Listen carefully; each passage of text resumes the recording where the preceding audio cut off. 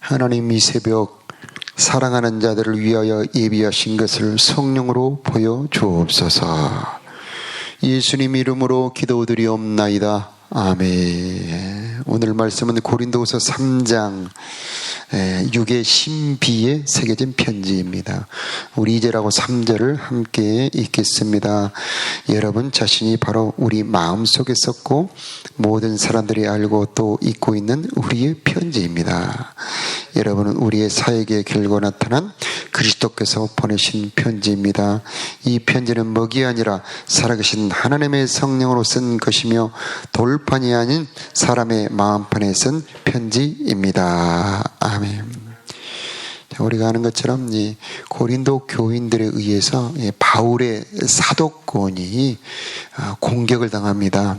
그래서 오늘 이 3장 말씀도 바울의 사도권을 변호하는 그런 말씀입니다만은 이 바울이 자기 변호를 통해서 얼마나 바울이 고린도 교회를 사랑하고 있는가, 또 바울이 가지고 있는 이 사도의 권위가 얼마나 영광스러운가를 오늘 말씀을 통해서 보여주고 있습니다. 오늘 2절 3절에 보면은 너희들은 바로 우리의 편지이다. 먹으로 쓴 것이 아니고 하나님의 성령으로 쓴 것이고, 그리고 돌 비석에 쓴 것이 아니고 너희들의 마음에 썼다. 그래서 고린도 교인들은 바로 바울의 마음에 새겨져 있고, 또 그 교인들의 마음에 하나님의 편지가 새겨져 있다. 그렇게 표현하고 있습니다. 바울은 한시도 고린도 교회를 잊은 적이 없습니다.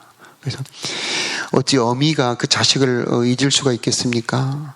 그래서 우리가 고린도 전서 4장에 보면은 우리가 기억하는 것처럼 내가 복음으로써 너희를 낳았다.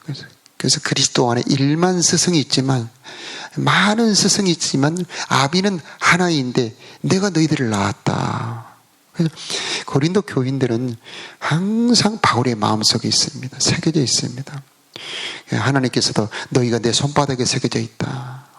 이스라엘 백성들아, 내가 너희를 결코 잊지 아니하리라 한 것처럼 바울도 한시도 고린도 교인들을 잊지 않았던 겁니다.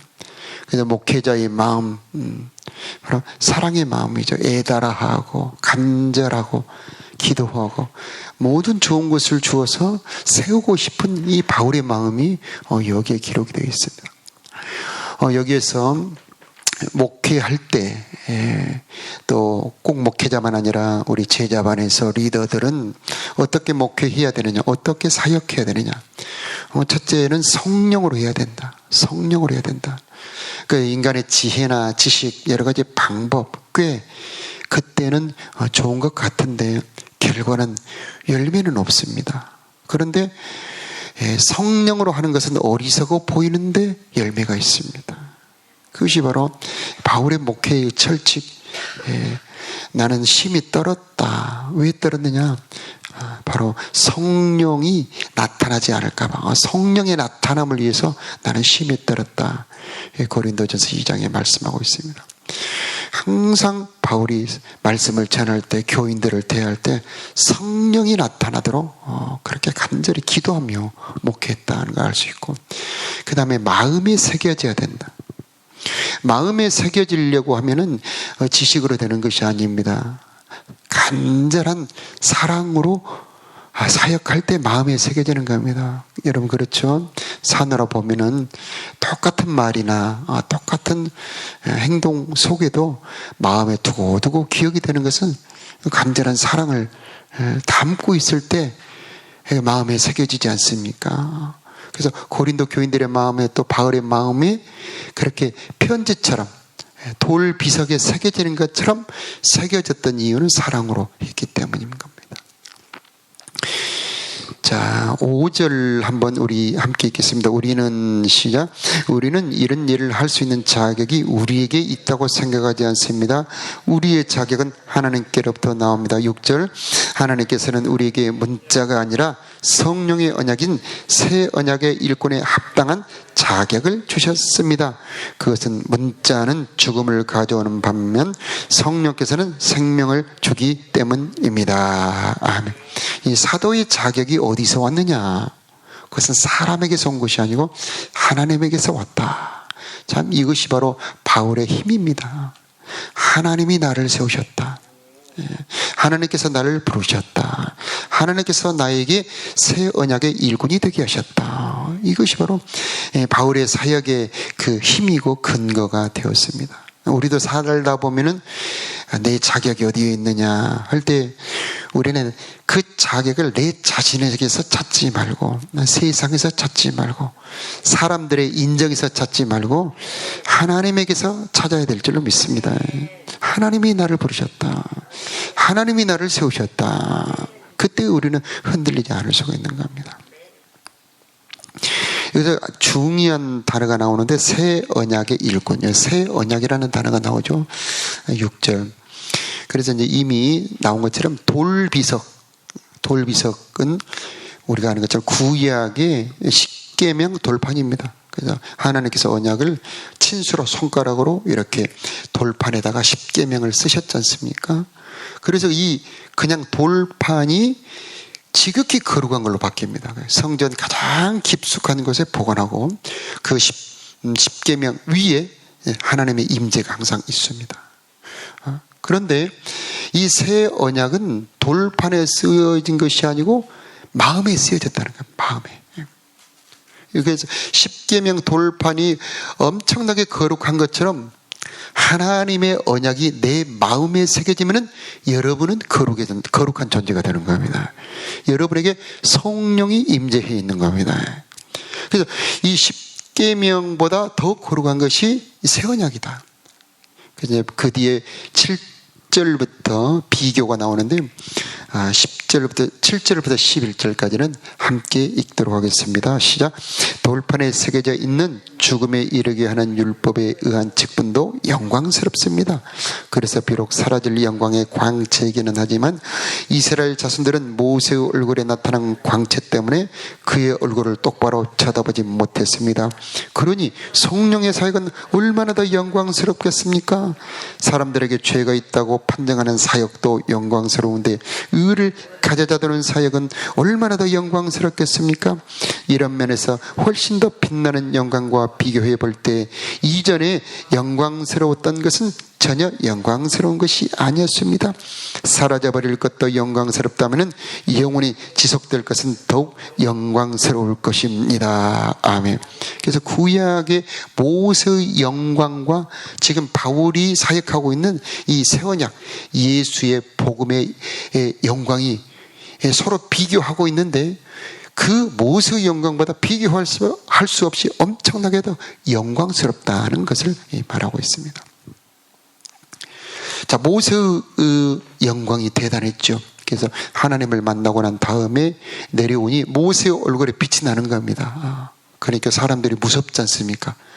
여러분, 얼굴이 빛이 날 때 얼마나 무섭습니까? 그래서 그 수건을 얼굴에 대해서 가렸습니다. 망사처럼 보이긴 하는데 빛이 안 나가도록. 그런데 그 모세의 영광과 비교할 수 없는 엄청난 영광이 예수의 복음의 영광이다 라고 말하고 있고, 히브리서 12장에 그것을 자세히 더 설명을 하고 있는데, 여기서 너희가 선 곳은 바로 신약의 우리들을 말하는 겁니다. 우리가 서 있는 것은 하늘의 예루살렘이다. 하늘의 시온산이다. 천만 천사들 앞에 있다. 모든 의인들의 영들, 그리고 예수님과 하나님 앞에 바로 너희들이 서 있다 하면서 구약의 영광과 비교를 하고 있는데, 아무튼 결론적으로 우리들이 지금 받은 이 예수의 복음의 영광은 그전 것과 비교할 수 없다. 세상 것과도 비교할 수 없다. 지극찬란한 영광이 우리에게 있다는 겁니다. 자, 우리가 이것을 깨달을 때에 얼마나 우리가 보배로운 존재인가, 우리가 얼마나 하나님의 엄청난 영광을 받은, 은혜 받은 존재인가를 알 수가 있습니다. 그래서 우리가 육신의 눈만 뜨고 있을 때는 연예인들이 얼마나 아름답습니까? 멋진, 그 다음에 아름다운 이렇게 정치인들이 딱 이렇게 스포트라이트를 받으면서 나온 얼마나 멋있습니까? 그런데 신령한 눈으로 보면은 그런 영광은 아무 영광이 아니고 이 예수 그리스도의 복음, 이 영혼에서 나오는 빛이 지극히 찬란하다는 것을 알 수가 있습니다. 우리는 그런 자부심을 가져야 됩니다. 얼마나 우리가 영광스러운 존재인가. 그럼 왜 그렇게 영광이 있느냐? 예수님을 모셨기 때문입니다. 우리 안에는 예수님이 계시는 겁니다. 그 예수님의 언약이 내 마음에 새겨졌기 때문인 것입니다. 그래서 우리는 영광스러운 겁니다. 그래서 구약의 모세의 영광은 정죄의 영광. 그래서 사형 판결을 내리는 사람, 당신은 죄인입니다 하는 그런 영광. 그러나 그 영광은 사라질 영광입니다. 그러나 우리들이 가진 영광은 바로 의롭게 하는 영광이다. 그 다음에 하나님의 아들의 영광이고 영원히 지속될 영광이다. 그렇게 표현하고 있습니다. 어쨌든 우리는 이런 영광이 있는데 더 중요한 것은 새 언약의 내용입니다. 새 언약의 내용. 이 새 언약의 내용은 바로 예수님께서 우리들에게 주신 그 말씀, 그것이 바로 새 언약의 내용이고요. 자, 그 다음에 중요한 것은 이 새 언약의 내용은 구약에 있는 그 모든 말씀이 성령으로 조명이 될 때에 구약에 있는 모든 말씀이 새 언약이 된다는 그런 말씀입니다. 그래서 가장 어려운 말씀 중에 하나가 오늘 이 3장의 말씀인데 우리가 14절을 한번 보도록 하겠습니다. 13절부터 우리는 시작. 우리는 이스라엘 자손이 자기 얼굴의 광채가 사라져가는 것을 똑바로 쳐다보지 못하게 하려고 자기 얼굴에 수건을 덮은 모세처럼 하지 않습니다. 14절. 그러나 이스라엘 자손들의 마음이 둔해진 까닭에 오늘날까지도 옛 언약을 읽을 때 수건을 그대로 쓰고 있습니다. 이 수건은 아직까지 벗겨지지 않고 있는 것은 이것이 오직 그리스도 안에서만 벗겨질 수 있기 때문입니다. 그래서 모세가 자기 얼굴의 영광을 가리려고 수건을 덮고 있는 것처럼 이스라엘 백성들의 마음에 수건이 덮여져 있다는 겁니다. 그래서 마음이 둔하다는 겁니다. 수건으로 덮어버리면 이렇게 빛을 가려버리지 않습니까? 그런 것처럼 이스라엘 백성들의 마음이 덮어져 있어서 마음이 둔하다는 얘기입니다. 다시 말하자면 깨닫지를 못한다는 겁니다. 그래서 참 영광의 본체가 되시는 예수님을 보지 못하고 그 다음에 구약을 깨닫지 못한다는 것입니다. 그래서 15절에 함께 읽겠습니다. 오늘날까지도 시작. 오늘날까지도 이스라엘 자손들이 모세 글을 읽을 때 그들의 마음에는 수건이 덮여 있습니다. 그러나 누구든지 주님께 돌아올 때 그 수건은 벗겨질 것입니다. 아멘. 그래서 이제 고린도 교회와 바울이 사역하는 곳에 유대인 율법학자들, 그러니까 유대 교인들이 와서 바울의 사역을 회방을 합니다. 바울은 진짜가 아니야.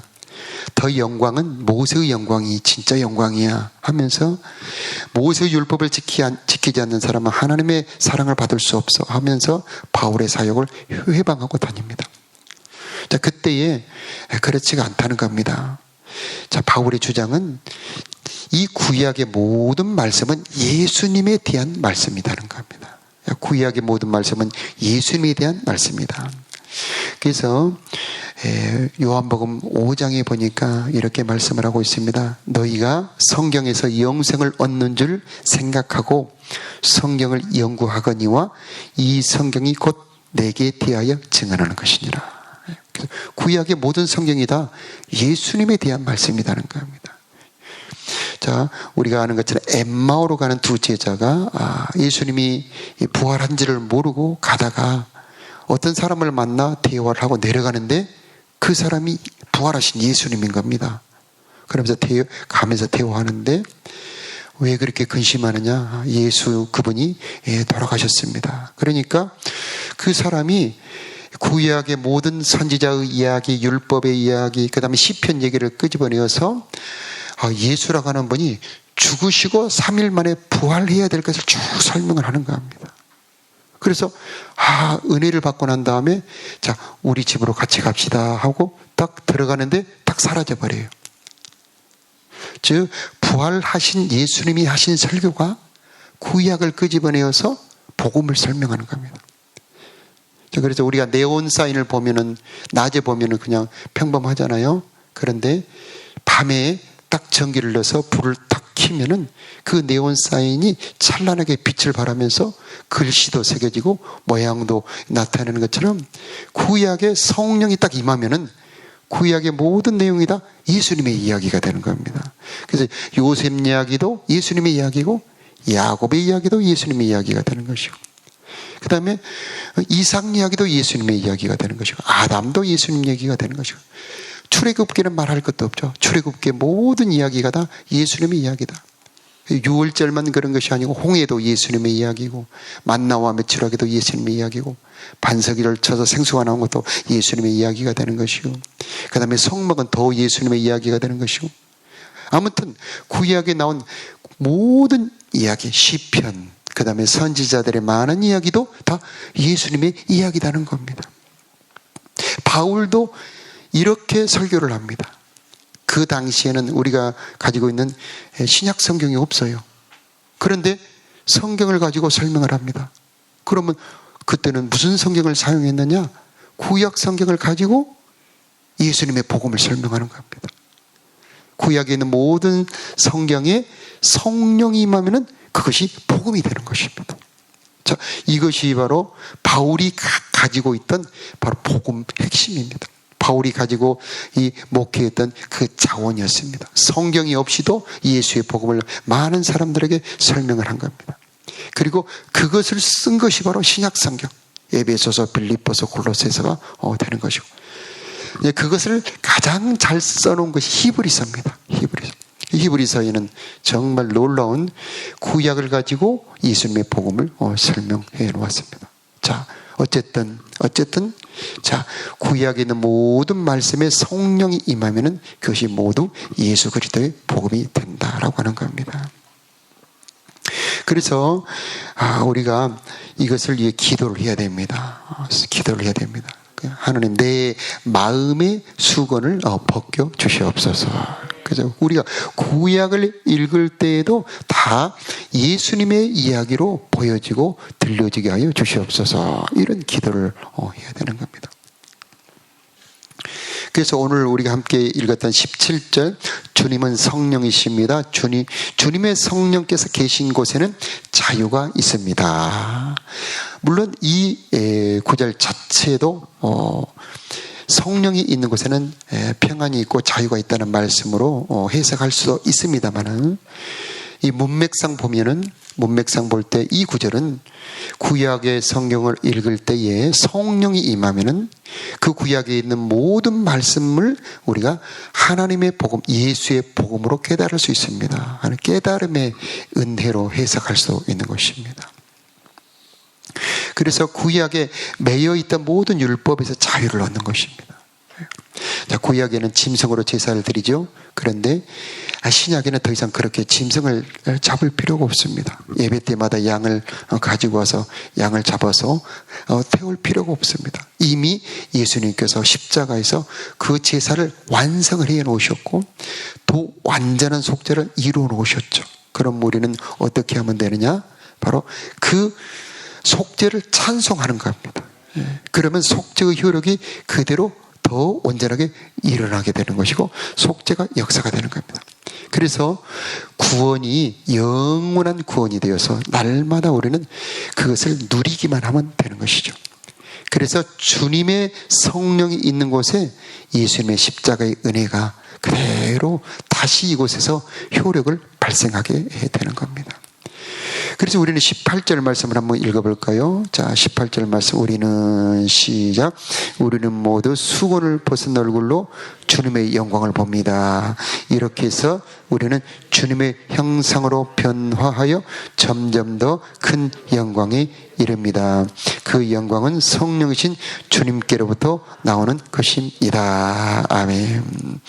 그래서 우리가 이 말은 우리들의 육신이 그렇게 변한다는 뜻보다는 우리가 이 복음의 말씀을 계속 들을 때에 점점 우리가 영광스럽게 된다는 겁니다. 여러분 예배 때 은혜 받고 말씀 들으면서 뜨거워진 경험들이 있으시겠죠. 바로 그것이 바로 그런 겁니다. 우리가 말씀을 계속 들을 때에 우리들의 영혼이 점점 영광스럽게 변하는 겁니다. 베드로가 고넬료 집에서 예수님에 관한 설교를 합니다. 예수님께서 귀신을 쫓아내시고 모든 선한 일을 하시고 그 다음에 십자가에 죽으시고 부활하셨습니다. 그분이 앞으로 모든 산자와 죽은 자의 재판장이 될 것입니다. 이렇게 설교하니까 그 설교의 말씀을 듣는 모든 사람들에게 성령이 내려버린 겁니다. 여러분, 이 말씀에 능력이 있어요. 복음의 말씀에 능력이 있습니다. 그래서 그 말씀을 마음으로 받아들이시기 바라고요. 이 복음의 말씀이 들어오면 그 영광이 여러분에게 임해 들어가는 겁니다.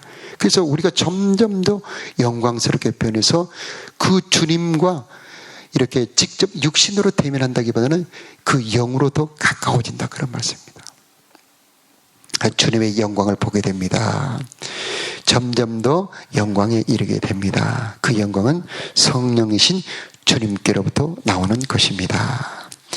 자, 이런 숨겨진 이야기, 자, 바울 속에 들어있는 깊은 이야기를 이렇게 끄집어내는 것은 바울이 자기 사도권을 변화하기 위한 것이었습니다마는, 자, 후대에 있는 우리들은 얼마나 바울이 정말 간절하게 목회했는가를 알 수 있게 되고, 자, 목회자인 저희 입장에서는 바로 이 구절이 오랜 시절 전에 바로 이 구절이 마음에 크게 부딪혀 왔습니다. 그래서 구약을 읽을 때에 모든 구약의 내용들이 다 예수님의 말씀이구나 하는 관점으로 바라보면서 성경을 읽기 시작했습니다. 그랬더니 그 전과 전혀 다른 은혜를 받게 되었습니다. 어쨌든 우리는 말씀을 위해 기도를 해야 됩니다. 그리고 목회자가 먼저 은혜를 받을 때 강단을 통해 흘러나오게 되어 있습니다. 그래서 여러분, 목회자를 위해서 꼭 기도해 주시기를 부탁드립니다. 성령이 충만하게 하여 주시어서 말씀의 지혜, 말씀의 지식을 허락해 주시옵소서. 그것이 결국 여러분에게 큰 유익이 될 줄로 믿습니다. 이 강단에 성령의 임재가 있기를 위해 기도하시기 바랍니다. 성령이 말씀하여 주시옵소서. 하나님이 말씀하여 주시옵소서. 이 강단에서 생수가 흐르게 축복해 주시고, 이 강단에 진리의 빛이 비춰지게 축복해 주시고, 이 강단에 이 신의 산의 영광보다 더한 하늘의 예루살렘의 영광이 임재하게 하여 주시옵소서. 이런 기도를 꼭 해 주시기를 바랍니다. 자, 마지막으로는 바울이 간곡하게 그렇게 자기 사도권을 변호하는 이유는 이 목회자와 성도의 관계입니다. 목회자와 성도의 관계가 서로 사랑하는 관계였을 때에 서로 은혜를 받게 되어 있지 않습니까? 그래서 정말로 내가 존경하는 목사님, 내가 사랑하는 목사님에게서 그 말씀이 흘러나올 때 그 말씀이 똑같은 말씀이라도 더 크게 은혜가 되고 힘을 얻게 되는 것입니다. 그래서 여러분께서 신앙생활 하실 때에 하나님의 종, 주의 종, 목회자의 축복이 있기를 바랍니다. 여러분의 평생의 목회자의 축복이 있어서 언제나 목회자를 통해서 힘을 얻게 되고, 목회자의 말씀을 통해서 생명양식을 얻게 되고, 목회자의 축복을 통해서 여러분의 삶에 큰 복이 있기를 예수 이름으로 축복합니다. 자, 우리 함께 기도하겠습니다.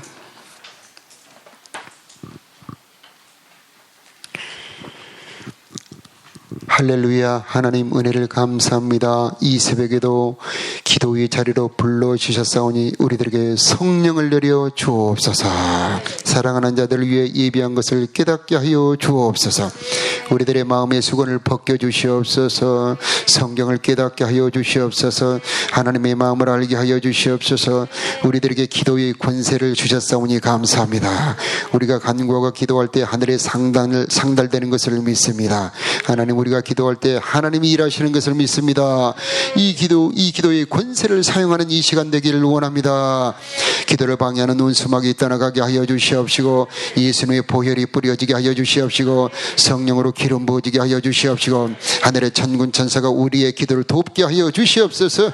하나님, 우리가 기도할 때에 운수막이 떠나가게 하여 주시옵시고, 우리가 기도할 때 이 강단에 아버지 기름 부음이 넘칠 것을 믿습니다. 말씀의 능력 있게 하여 주시옵시고, 선포되는 말씀 속에 하나님의 성령이 역사하여 주시옵소서.